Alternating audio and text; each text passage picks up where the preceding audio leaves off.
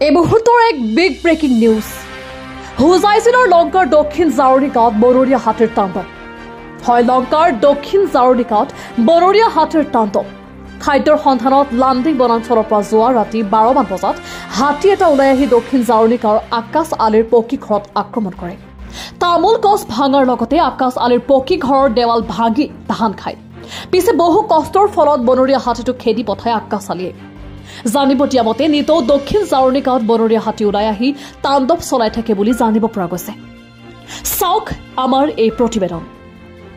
হুজাইৰ পৰা ইদ্ৰিছ আলীৰ ৰিপৰ্ট প্ৰতিদিন লাইভ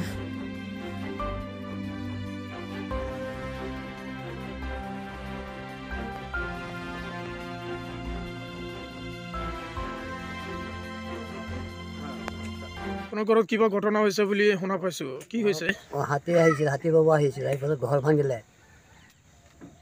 ধান খালে ঘৰটো কি পকী ঘৰ আছিলে নে পকা ঘৰ আপোনাৰ নাম আকাশ আলি গাঁৱৰ নাম কি দক্ষিণ জাৰণি উপদানি কৰে আপোনাৰ যে ঘৰ ভাঙিছে আৰু ধান খাইছে হাতীয়ে আপোনালোকে বন বিভাগসকলক জনাইছে নেকি জনাইছোঁ কি কৈছে আহিম বুলি ক'লে ধান কিমানখিনি খাইছে ধান বেছি খোৱা নাই অলপ খাইছে ধান বেছি খোৱা নাই ঘৰটো ভাঙিলে এতিয়া আপুনি বন বিভাগসকলক কি জনাব বিচাৰে তাৰ মই জনাইছোঁ যে মোৰ কিবা কিবি খৰচাটো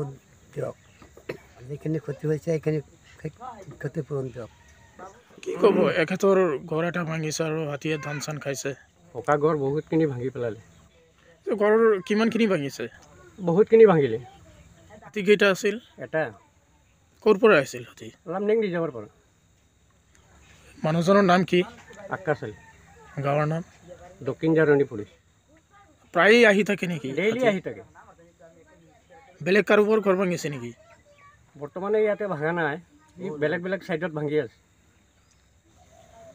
এইটো আমি বন বিভাগৰ মানুহক কৈ আছোঁ যে এই দুখীয়া মানুহজনৰ এই ক্ষতিপূৰণটো আপোনালোকে কৰি দিয়ক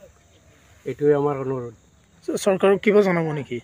চৰকাৰে এইটো আহ্বান কৰিছোঁ যে দুখীয়া মানুহক তেখেতৰ ক্ষতিপূৰণটো দিয়ক বুলি মানে আমি এইটো অনুৰোধ কৰিছোঁ